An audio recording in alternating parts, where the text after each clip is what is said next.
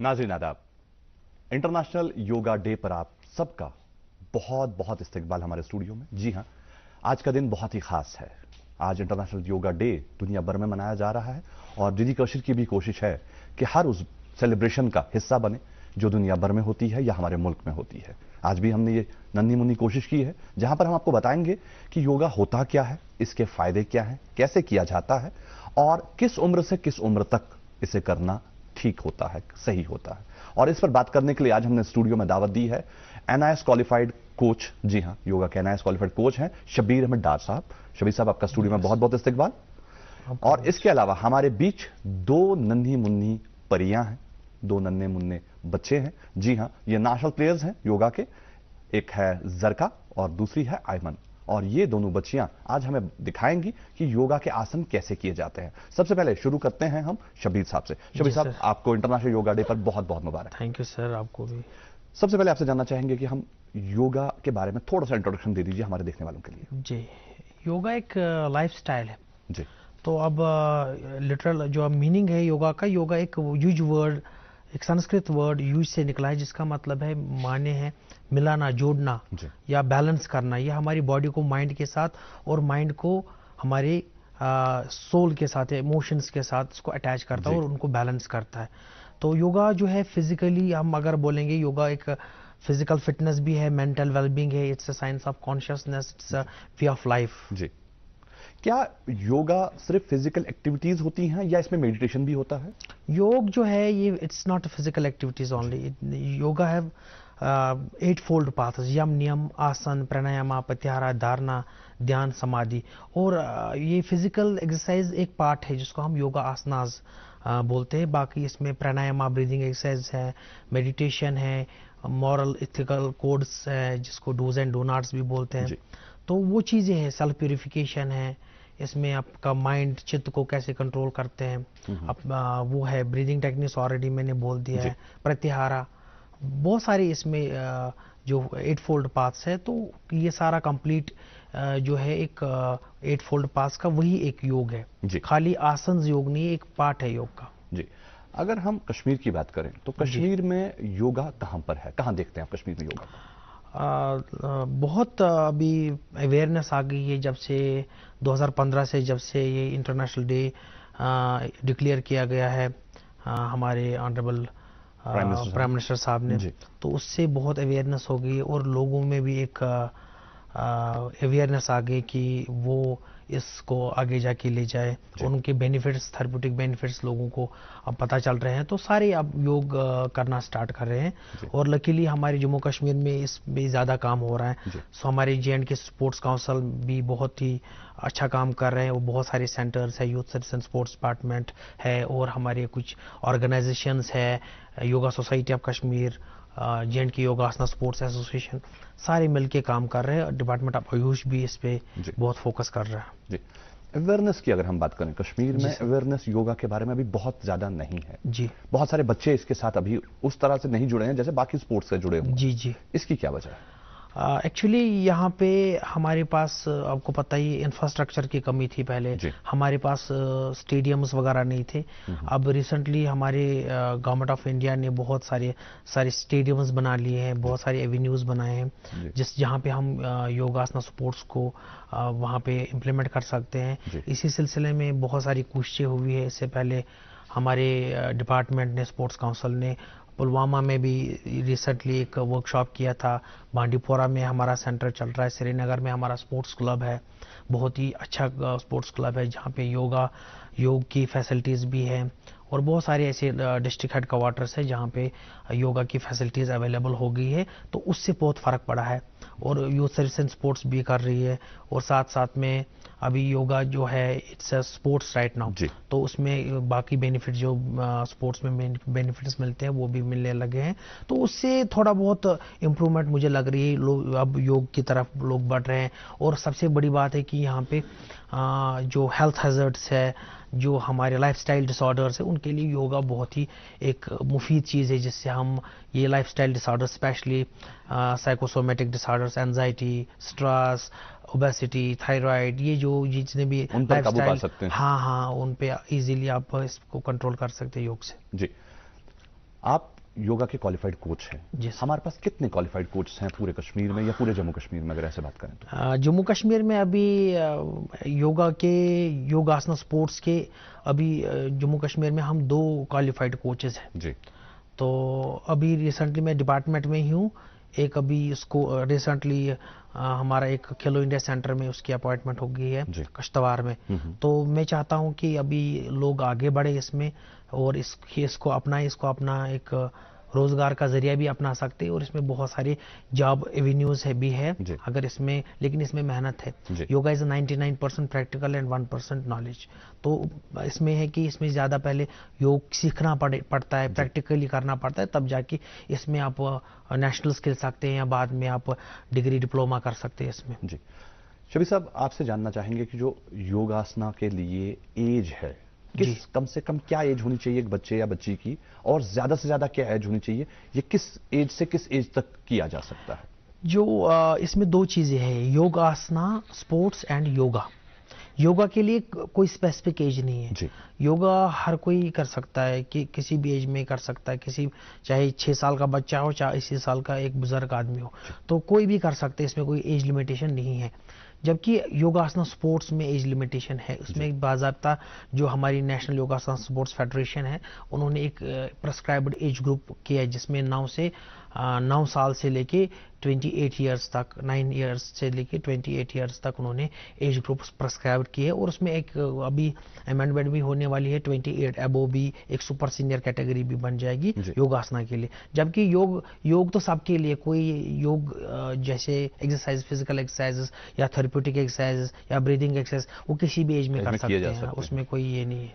अगर आज के दिन हम बात करें, बेसिक जो आसन्स हैं वो कौन कौन से हैं, और क्या ये बच्चियां जो आज हमारे बीच इस प्रोग्राम की शोभा बढ़ा रहे हैं, क्या वो हमें करके दिखाएंगी? ये जो बेसिक आसन्स हैं जो घर बैठे लोग कर सकते हैं और उसके फायदे भी आप हमें बताएंगे। जी, हम आपको कुछ आसन्स दे सकते हैं जो हर कोई कर सकते हैं, उसमें कोई लिमिटेशंस नहीं है। हाँ, अगर कुछ लिमिटेशंस है, कुछ प्रिकॉशंस है तो हम आपको बताते जाएंगे, जिससे आप डेली रूटीन में कर सकते हैं। उससे आप फिजिकली भी फिट रहेंगे और मेंटल वेलबींग भी आपका रहेगा। तो सबसे पहले आप खड़े हो जाएं। तो सबसे पहले जब आप नींद से सुबह उठते हैं तो सबसे पहले आप एक आसन है, बहुत ही मुफीद आसन है, ताड़ासना। ताड़ासन में आपने लेग्स को मिला के रखना है और हाथों को ऊपर लेके जाना है, हाथों को ऊपर इंटरलॉक बना के जाएंगे और धीरे से अपने हील्स उठाएंगे और एक पॉइंट के ऊपर कंसंट्रेट करेंगे। इसमें आपने टो से हेड तक जितने भी मसल्स हैं उनको आगे की ओर खींचना है, एक पॉइंट के ऊपर आपने कंसंट्रेट करना है। ये आसन बहुत ही मुफीद आसन है, इससे आपका फिजिकल फटीग जो है दूर होता है और पोस्चरल डिसऑर्डर्स भी क्योर हो सकते हैं। अगर जिनको आर्थराइटिस की प्रॉब्लम होती है या बॉडी में स्टिफनेस होती है, नींद कम आती है, तो उनके लिए भी बहुत ही बेनिफिशियल है और इसी किसी एज तक इसमें इस आसन से। एक है जमीन मेरी, एक है मौका मेरा, इसमें सब लगाऊंगा, अपने इरादों से मजबूत एक घर बनाऊंगा। हाँ शुक्ला जी, भिजवाना सिर्फ अल्ट्राटेक ही। अल्ट्राटेक ही क्यों? आप ही ने तो कहा था कि घर जिंदगी में सिर्फ एक ही बार बनता है। घर एक, मौका एक, इसलिए सीमेंट भी देश का number 1। UltraTech, India's number 1 cement. Height भी हम बढ़ा सकते हैं। रिलैक्स, इसमें आपने ऊपर सांस लेते हुए रोकना है, 10 से 12 सेकंड रोक सकते हैं। नेक्स्ट आसन करेंगे हम त्रिकोण आसना, ट्रायंगुलर पोज। तो ये आसन भी बहुत ही मुफीद आसन है, स्टैंडिंग आसन। ये आपकी हिप जॉइंट के लिए और आपकी लेग्स के लिए बहुत ही बेनिफिशियल है और इससे स्टेबिलिटी आ जाती है और मेंटल वेलबींग के लिए बहुत अच्छा है। इससे कंसंट्रेशन लेवल भी बढ़ जाता है और पोस्चरल डिसऑर्डर के लिए भी बहुत अच्छा है। अगर किसी को क्वाड्रिसेप या हैमस्ट्रिंग जो है स्टिफनेस होती है ज़्यादा या लोअर बैक में दिक्कत होती है तो उसके लिए भी बहुत ही बेनिफिशियल है। वापस आ जाइए। इसके बाद नेक्स्ट स्टैंडिंग आसन करेंगे पादहस्तासन, हेड टो आसन। चलिए, हाथ ऊपर कर लीजिए, आर्म्स को स्ट्रेच करना है ऊपर की ओर, मैक्सिमम स्ट्रेच करके एक्सेल करते हुए नीचे जाएंगे। एक्सेल करते आपकी बॉडी जहां तक एलो करती है वहां तक आप जाइए। ये ज़रूरी नहीं है कि आप पहली बार टच करें फोरहेड को नी के साथ, जितनी आपकी फ्लेक्सिबिलिटी उतना ही करें। और इसमें आपने नीचे जाके एक्सहेल करते हुए सांस को रोकना है 10 से 12 सेकंड। अगर आप ज़्यादा देर तक होल्ड कर रहे हैं आसन को तो आप नॉर्मल ब्रीदिंग या शॉर्ट ब्रीदिंग कर सकते हैं। ये आसन भी बहुत ही बेनिफिशियल है। ये जो आसन आपने दिखाया जिसमें पूरा एक्सहेल करने के बाद आप अपनी बॉडी को नीचे लेके जाते हैं और फ्लोर को अपने हाथों से टच करने की कोशिश करते हैं और साथ साथ अपने सर को अपने नीज के साथ टच करने की कोशिश करते हैं। इसमें अगर एक फ्रेशर है, जो नया बंदा है जो आसन करना चाहता है, वो इतना जल्दी तो नहीं कर पाएगा। इतना नहीं कर सकता है, तो उसमें आपने खाली टो को टच कर सकते हैं। आप ये बच्चों की और कैमरा को मूव कर लीजिए, आप टो को टच कर लीजिए, खाली सिंपल टो को देखिए, आप ये टो को टच कर सकते हैं बस खाली, या इससे आगे भी ऊपर भी आ सकते हैं जितना ये यहाँ तक ही। धीरे धीरे आपने प्रैक्टिस को कंटिन्यूअसली धीरे धीरे ये फ्लेक्सिबिलिटी बढ़ेगी। जी। इसमें 2 मेथड्स है, इसमें एक slow stretch and hold method है फ्लेक्सिबिलिटी को बढ़ाने के लिए, और एक है ब्लास्टिक मेथड। ये अभी आप कर रहे हैं slow stretch and hold method. इसमें आपने कम से कम 6 से 7 रेपिटेशंस करनी है, 10 से 12 सेकंड आपने आसन को होल्ड करना है। वापस आ जाइए। इसके बाद आप करेंगे काउंटर पोज। जो भी आप, अगर आप फॉरवर्ड बेंडिंग कर रहे हैं तो बैकवर्ड बेंडिंग बहुत जरूरी है। तो चंद्र आसन करेंगे, half moon pose, backward bending इसी का, लेग्स में थोड़ी सी गैप देके हाथों को कमर पे और बॉडी को पूरा स्ट्रेच करेंगे, चेस्ट को ऊपर की ओर खींचेंगे, गर्दन को बिल्कुल रिलैक्स रखेंगे, सांस को लेते हुए 10 से 12 सेकंड आपने रोकना है। इसमें ये क्या है कि अगर किसी को लो ब्लड प्रेशर की प्रॉब्लम होती है तो उनको ये अवॉइड करना चाहिए या किसी थेरेपिस्ट के गाइडलाइंस में करना चाहिए। वापस आ जाइए। इससे बहुत सारे बेनिफिट्स है, रेस्पिरेटरी डिसऑर्डर्स क्योर होते हैं, इससे रेजिडियल वॉल्यूम, इसको वाइटल कैपेसिटी भी बोलते हैं, तो वो बढ़ जाता है और लंग्स की फंक्शनिंग को इंप्रूव करता है। कोविड के पीरियड में भी बहुत ही बेनिफिशियल है आसन है। जी शबीर साहब, ये जो आसन हम करते हैं इन्हें घर के अंदर करना बेहतर रहता है या इसे खुली फिजा में करना चाहिए? सबसे पहली बात है, अगर आप बाहर करें, वेंटिलेशन ज्यादा हो, अगर खुली हवा में करेंगे तो, क्योंकि yoga is all about breathing. अगर आप फिजिकल एक्सरसाइज करेंगे तो उसमें आप ब्रीदिंग का कॉन्सेप्ट नहीं है, लेकिन योग की एक्सरसाइज में ब्रीदिंग का बहुत ही इंपॉर्टेंट कॉन्सेप्ट है। विदाउट ब्रीदिंग योगा इनकम्प्लीट है, योग आसना इनकम्प्लीट है। तो इसमें है कि बाहर कर सकते हैं खुली हवा में, लेकिन अगर आपका टेम्परेचर मॉडरेट हो तो तभी कर सकते हैं। अगर आप ज्यादा ठंड हो या ज्यादा गर्मी हो तो आप अंदर किसी कमरे में कर सकते हैं, लेकिन क्रॉस वेंटिलेशन का होना बहुत जरूरी है। जी, कोई अगला आसन आप बताना चाहेंगे? जी, बैठ के अब बैठने वाले आसन करेंगे कुछ। तो उसमें पहले करेंगे हम फॉरवर्ड बेंडिंग में ही जानुशीश आसन। अभी आप बोल रहे थे कि जिनकी फ्लेक्सिबिलिटी नहीं है, फॉरवर्ड बेंडिंग नहीं कर सकते ज़्यादा, तो उनकी वो एक लेग से कर सकते हैं। राइट लेग को आप बेंड कर लीजिए साइड में, बिल्कुल राइट को सीधा बिल्कुल, और आप हाथ ऊपर कर लीजिए बेटा, पहले हाथ ऊपर कर लीजिए, आर्म्स को स्ट्रेच कर लीजिए, पहले देखिए स्ट्रेच कर लीजिए। यस, आप नीचे जाइए एक्सहेल करते हुए। इसमें भी अपने, अगर आपका टच नहीं हो रहा है तो आप खाली जा सकते हैं टो को टच करने के लिए, लेकिन इसमें है कि अपनी लेग को स्ट्रेट रखना बहुत ही इंपॉर्टेंट है और अपनी कमर को झुकाना बिल्कुल स्ट्रेट रखना बहुत ही इंपॉर्टेंट है। और शुरुआत में कहीं ना कहीं बहुत ज्यादा अपने आप को पुश नहीं करना। जी, बहुत ही अपने लिमिट्स में ही रहना है। तो दूसरे साइड से भी करेंगे। अब इसका अलाइनमेंट आपको दिखाएंगे, देखिए अपने हाथों को ऊपर लेके आ जाइएगा, स्ट्रेच कीजिए, बहुत इंटेंसिटी से स्ट्रेच करना ऊपर और ज्यादा से, मीन्स पूरा स्ट्रेच करना, डायफ्राम को पुश करना है ऊपर की ओर, पुल करना है, शोल्डर्स को पुल करना है ऊपर की ओर। यस, अब नेक्स्ट जो स्टेप होगा, एक्सहेल करते हुए जाएंगे धीरे धीरे से। पहले अपने पेट को लाना है, चेस्ट, फिर लास्ट में अपने चिन को लगा सकते हैं। ये आसन भी फॉरवर्ड बेंडिंग आसन के लिए में गिना जाता है। ये आपकी डाइजेशन को इम्प्रूव करता है, एपेटाइट को बढ़ाता है, उसके गैस्ट्राइट्स के लिए बहुत अच्छा है और मेंटल स्टेबिलिटी के लिए बहुत ही बेनिफिशियल है। वापस आ जाइएगा। इसको भी आप 3 रेपिटेशंस कर सकते हैं 20 सेकंड होल्ड करके। अब जो आपने स्टैंडिंग आसन किया था, अभी इसका सिटिंग हम करेंगे पश्चिमोत्तानासन।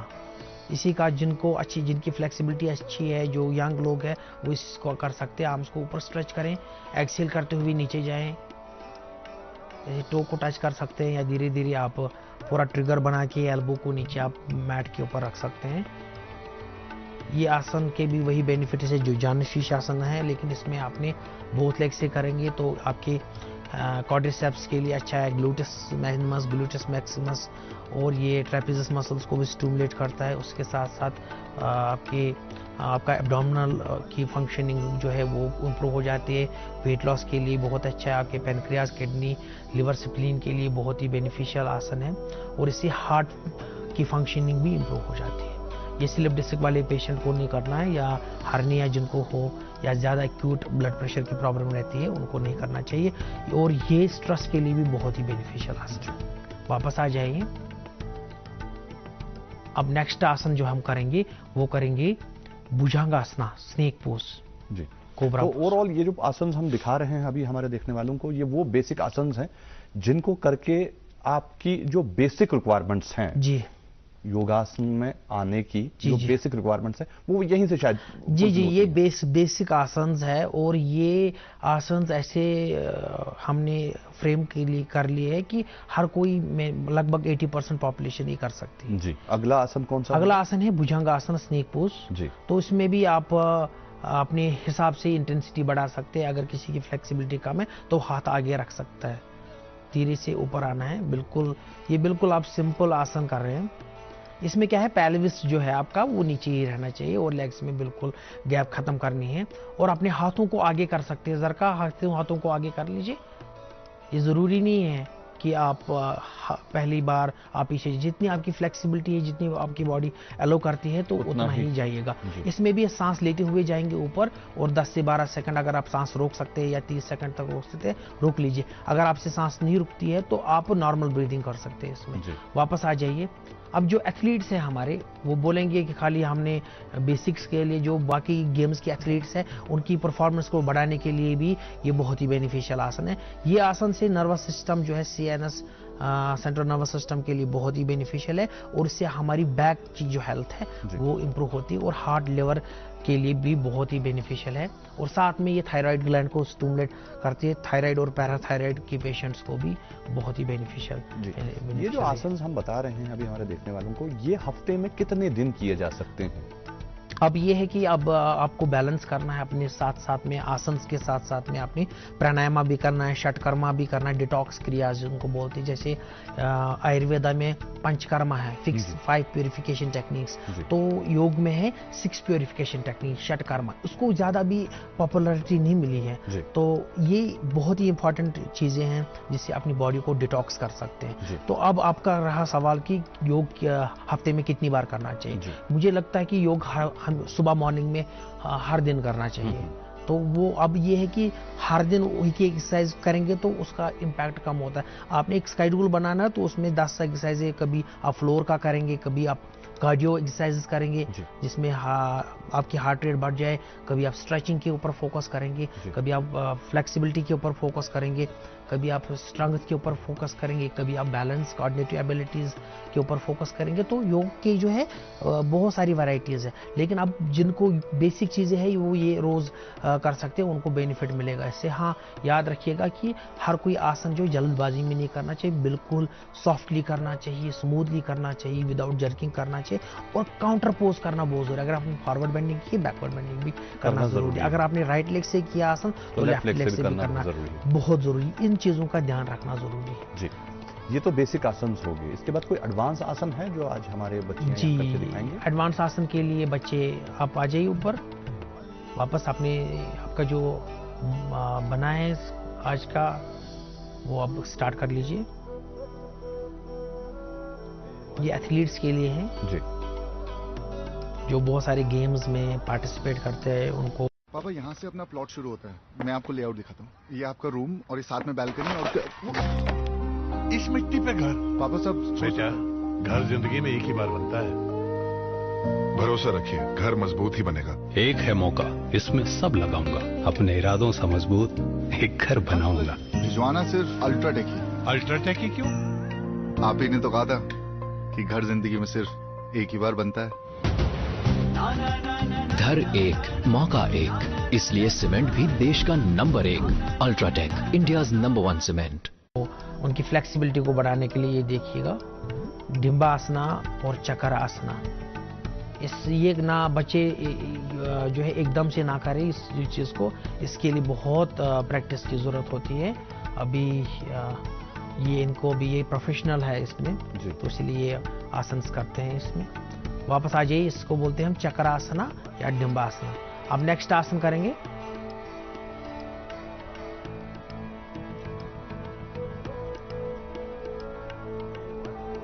कपूत आसन, राजकपूत आसन करेंगे। पिजन पोज, ये भी बहुत ही बेनिफिशियल है हमारे लंग्स के लिए, अपर थॉरेसिक बैक के लिए, और ये हैमस्ट्रिंग को स्टिमुलेट करता है, स्ट्रेच करता है, क्वाड्रिसेप्स के लिए बहुत ही बेनिफिशियल है। और भी बहुत सारे ऑर्गन्स हैं, इंटरनल ऑर्गन्स, उनके लिए बहुत ही बेनिफिशियल आसन है। वापस आ जाइए, नेक्स्ट आसना।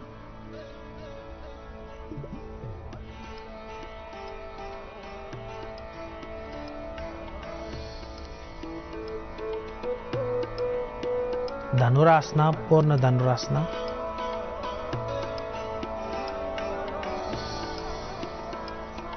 रिलैक्स। नेक्स्ट,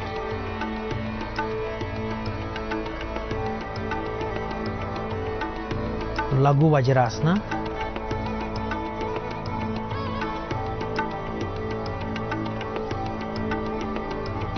ये देखिए कहाँ पे कैसे मोड़ते हैं स्पाइन को जी। इसमें एक बार मैं और बताऊंगा कि इसको आप खुद से ट्राई ना करें जी। किसी भी योगा इंस्ट्रक्टर की गाइडलाइंस में आप कर सकते हैं, बच्चों को करा सकते हैं। वापस आ जाए, नेक्स्ट आसना।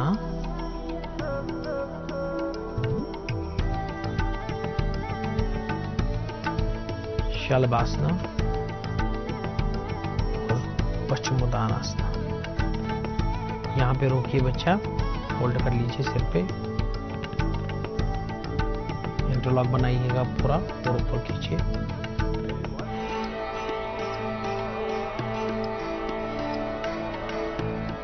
वापस आ जाइए, भुजंगासना कर लीजिए, पूर्ण भुजंगासना।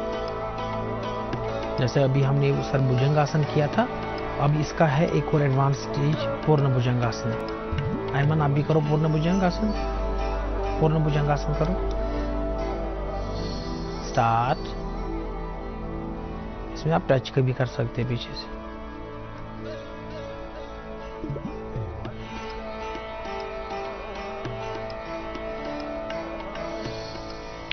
वापस आ जाइए,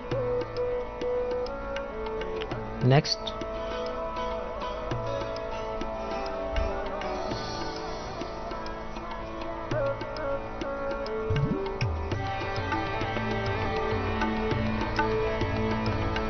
नटराज आसन और हनुमान आसन कर रहे हैं।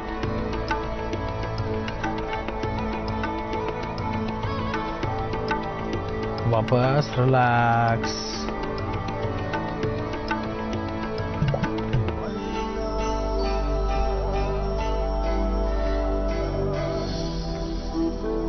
हनुमान आसन और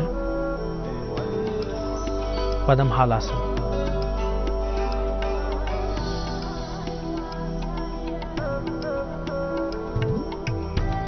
वापस आ जाइए,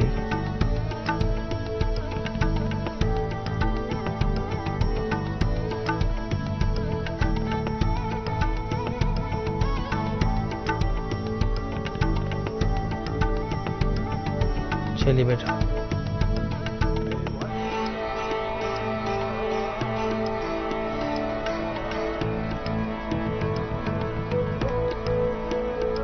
बहुत ही एडवांस आसन्स कर रहे हैं इस टाइम जी। आप देख सकते हैं इनकी बॉडी में कितनी फ्लेक्सिबिलिटी डेवलप होगी, और साथ साथ में फ्लेक्सिबिलिटी के साथ साथ में स्ट्रेंथ भी डेवलप होती है। वापस relax. Thank you very much. Shabir साहब, ये तो वो आसन्स हैं जो फिजिकल एक्टिविटी करवाते हैं। जी, इसके अलावा हमने देखा है योगासना में कि काफी सारी ब्रीदिंग एक्सरसाइजेज हैं जो हम अक्सर लोगों को करते हुए देखते हैं गार्डन्स में, घरों में। थोड़ा ब्रीदिंग की एक्सरसाइज बताएंगे जिससे ब्रीदिंग कोविड में काफी फायदा हुआ था। जी हाँ, मैं कोविड में मैं तो पूरा फेसबुक लाइव ही करता था। बहुत सारी कॉल्स आते थे कि ऑक्सीजन की कमी है, तो उसमें इसमें बहुत ही फायदा आफ्टर कोविड तो बहुत ही जरूरी है हर एक के लिए। तो उसके साथ साथ में हमारा यहाँ पे ये है कि सर्दियों में ऑक्सीजन लेवल कम हो जाती है, डिप हो जाती है। बहुत सारे पेशेंट्स जो है जिनको ऑक्सीजन की जरूरत पड़ती है, अगर वो इस चीज को करेंगे उनको बहुत ही ज्यादा बेनिफिट मिलेगा। स्पेशली जिनको ये प्रॉब्लम्स होती है, रेस्पिरेटरी डिसऑर्डर्स होते हैं, तो सबसे, और साथ साथ में प्राणायाम जो है ये आपकी मेंटल वेलबींग के लिए अच्छा है, और साथ साथ लंग्स और हार्ट के साथ साथ आपकी मेंटल वेलबींग के लिए, स्ट्रेस के लिए, या और भी बहुत सारी प्रॉब्लम्स होती है, एंजाइटी होता है, डिप्रेशन होता है, एंगर होता है, तो उनको या कोऑर्डिनेशन को बढ़ाने के लिए भी बहुत ही बेनिफिशियल है। तो सबसे पहला प्राणायाम जो है भस्त्रिका प्राणायाम आप बोलते हैं, तो उसमें हमने क्या करना है, सांस को लेना है और छोड़ना है, सिंपल। एक उसमें क्या करना है, उसमें लेना कितना है और छोड़ना कितना है, आपकी कैपेसिटी के हिसाब से। अगर आप 6 सेकंड ले रहे हैं तो आपने 12 सेकंड छोड़ना है। तो एकदम से लेना है, एकदम से छोड़ना है, वो चीज नहीं करना है। आपने क्या करना है, एक सांस को लंबा लेना है और लंबा धीरे से लेना है, धीरे से छोड़ना है। कोई भी मुद्रा बना सकते हैं। मुद्रा इसलिए होती है कि एक प्रेशर पॉइंट्स होते हैं, एक पॉइंट्स होते हैं जिससे आपकी स्टिमुलेशन हो जाती है। जो किसी भी पॉइंट से, जैसे हमने अपान मुद्रा होता है, इससे आप डिटॉक्स हो जाते हैं, ठीक है ना। ज्ञान मुद्रा होती है, ज्ञान मुद्रा में आप ज्यादा देर तक आप रह सकते हैं। इस पोस्चर में एक गेस्चर होता है जिससे आपकी एनर्जी प्रिजर्व होती है। तो हम करेंगे अपान मुद्रा के साथ। अपान मुद्रा देखिए, बीच की 2 फिंगर्स को टच करना है, बैक को सीधा करना है, eyes closed, back straight, shoulders relax for shoulders, relax over back, relax over facial muscles, then start inhalation like this.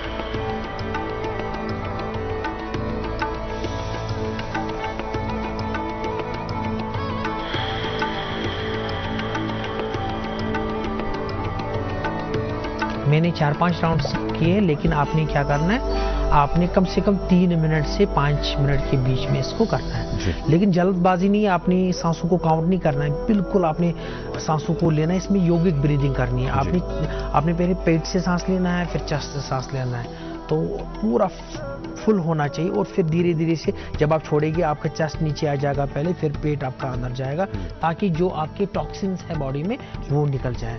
तो ये पहला, ये सब के लिए, कोई भी आप स्ट्रेस में है, कभी ज्यादा पढ़ाई कर रहे हैं कंटिन्यूअसली, कोई मेंटल वर्क कर रहे हैं, तो बीच में आप 3 मिनट का गैप ले सकते हैं और उसमें आप ये प्राणायाम कर सकते हैं। तो नेक्स्ट प्राणायाम जो है हम करने जा रहे हैं, उसको हम बोलते हैं नाड़ी शोधना प्राणायाम, जो हमारी नाड़ीज को शुद्ध करता है। ये हमारी बॉडी में 72,000 नाड़ीज हैं, तो एक एनर्जी सोर्सेज होते हैं, चैनलाइज जिससे हमारी एनर्जी होती है, तो उनको प्यूरिफाई करने के लिए अनुलोम विलोम प्राणायाम बहुत ही बेनिफिशियल है। तो कोई भी मुद्रा, जैसे वैष्णव मुद्रा हम करेंगे, लास्ट के 2 फिंगर्स और आपका थंब। तो पहले भी ऐसे ही कि किसी भी मेडिटेटिव पोज में बैठ जाएं। अगर किसी को बैठना नहीं आता, वो चेयर पे बैठें, जिनको प्रॉब्लम है नी की या और भी कोई प्रॉब्लम है, तो आप वो चेयर पे बैठ सकते हैं, या कोई भी मेडिटेटिव पोज में पद्मासन वगैरह में बैठ सकते हैं। तो उसमें क्या करना है, उसमें ये वैष्णव मुद्रा बना के लंबा सा पहले सांस लेना है, फिर छोड़ना है, फिर राइट नॉस्ट्रल को बंद रखना है, राइट नॉस्ट्रल को थंब से बंद रखिएगा, और ये ज्ञान मुद्रा में तो लेफ्ट से लंबा लीजिएगा सांस को, इसे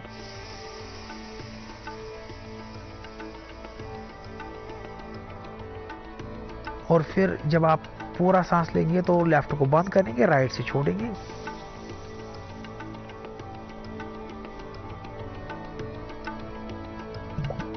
फिर आपने राइट से ही सांस लेना लंबा,